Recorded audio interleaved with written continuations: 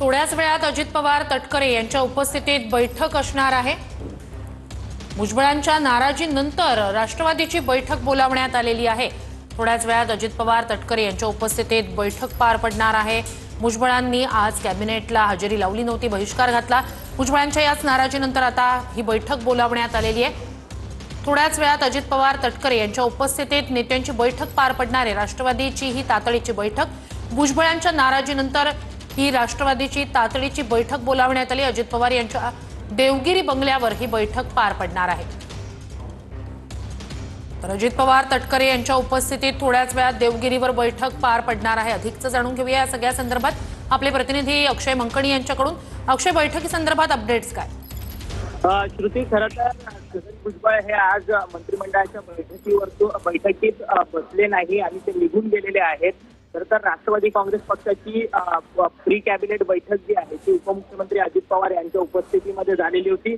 त्या सगळ्या बैठकीमध्ये छगन भुजबळ यांनी उघड भूमिका घेतली की ओबीसीच्या संदर्भात कुठेतरी अन्याय जो आहे तो या सगळ्या शासन निर्णयाच्या माध्यमातून होताना पाहायला मिळतोय। जरांगे पाटील यांच्या उपोषणाला कुठेतरी सरकार जे आहे ते नमतं झालेलं आहे आणि हैदराबाद गॅजेटच्या अंमलबजावणीचा जो GR काढण्यात आलेला आहे त्या सगळ्या GR मुळे ओबीसी बांधवांचं खूप मोठं नुकसान होतंय आणि ही भूमिका घेऊन आज छगन भुजबळ जे आहेत ते मंत्रिमंडळाच्या बैठकीमध्ये सुद्धा बसलेले नाही आहेत। आणि या छगन भुजबळांच्या नाराजीनंतर आता राष्ट्रवादी काँग्रेस पक्षातल्या वरिष्ठ नेत्यांची बैठक जी आहे ती दुपारी 2 वाजता देवगिरी या उपमुख्यमंत्री अजित पवार यांच्या शासकीय निवासस्थानी होताना पाहायला मिळतंय। या सगळ्या बैठकीला प्रदेशाध्यक्ष सुनील तटकरे, स्वतः उपमुख्यमंत्री अजित पवार आणि त्याचसोबतच प्रफुल्ल पटेल आणि पक्षातले इतर महत्वाचे नेते मंडळी जे आहेत ते या सगळ्या बैठकीला असतील। आणि या सगळ्या बैठकीनंतर पक्षातल्या राष्ट्रवादी काँग्रेस पक्षाची या सगळ्या संदर्भात मराठा आरक्षणाला जो दिलेला मराठा आरक्षणाच्या संदर्भात जो शासन निर्णय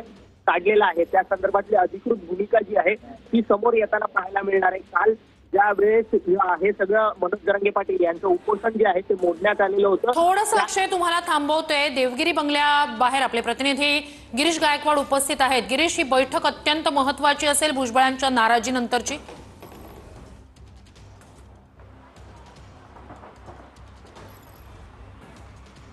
नक्कीच आपण पाहतोय की छगन भुजबळ हे ओबीसीचे नेते मानले जातात आणि नुकताच आता या ठिकाणी त्यांची समजूत काढली जाईल अशी सुद्धा माहिती मिळते। आणि त्या संदर्भातली एक महत्त्वपूर्ण बैठक ही उपमुख्यमंत्री अजितदादा पवार यांच्या देवगिरी या निवासस्थानी आयोजित करण्यात आलेली आहे। आणि त्यासाठी आता मंत्री आणि नेते यायला सुरुवात झालेली आहे। पक्षाचे जे प्रदेशाध्यक्ष आहेत सुनील तटकरे ते अवघ्या काही वेळापूर्वी या ठिकाणी पोहोचलेले दाखल झालेले आहेत आणि त्यासोबतच इतर काही महत्त्वाचे नेते ते सुद्धा पोहोचणार आहेत। उपसमिती स्थापन करण्यात आलेली आहे ओबीसींसाठी आणि त्यामध्ये प्रत्येक पक्षाचे जे 2 प्रमुख नेते असणार आहेत आणि यामध्ये नेमका कुणाचा सहभाग असेल यावरती ही बैठक होणार असल्याची माहिती मिळते। सगळ्यात महत्त्वाचं म्हणजे अजितदादा पवार हे स्वतः या बैठकीला उपस्थित राहतील आणि सर्व मंत्री तसेच आमदारांसोबतची ही बैठक असणार आहे। आणि बैठकीमध्ये छगन भुजबळ यांची नाराजी नेमकी कशा पद्धतीनं दूर करावी लागेल यावर देखील चर्चा होणार आहे। छगन भुजबळ यांनी आपली जी नाराजी ते उघडपणे व्यक्त केल्याचं सुद्धा बोललं जातं आहे, कारण आज कॅबिनेट बैठक होती सह्याद्री अतिथीगृह या ठिकाणी, पण ते त्या ठिकाणी उपस्थित न राहता थेट त्यांचं जे बँड्रा इथलं अमेठीचं कार्यालय आहे त्या ठिकाणी पोहोचले आणि त्या ठिकाणी प्रसार माध्यमांशी त्यांनी जो संवाद केला तो महाराष्ट्राला देशाला सुद्धा माहीत आहे। आणि त्यामुळे नेमकी आता ही नाराजी कशा पद्धतीनं दूर केली जाईल हे सुद्धा पाहणं तितकंच महत्त्वाचं ठरणार आहे। नक्कीच गिरीश, नक्कीच अपडेट्स घेत राहणार आहोतच।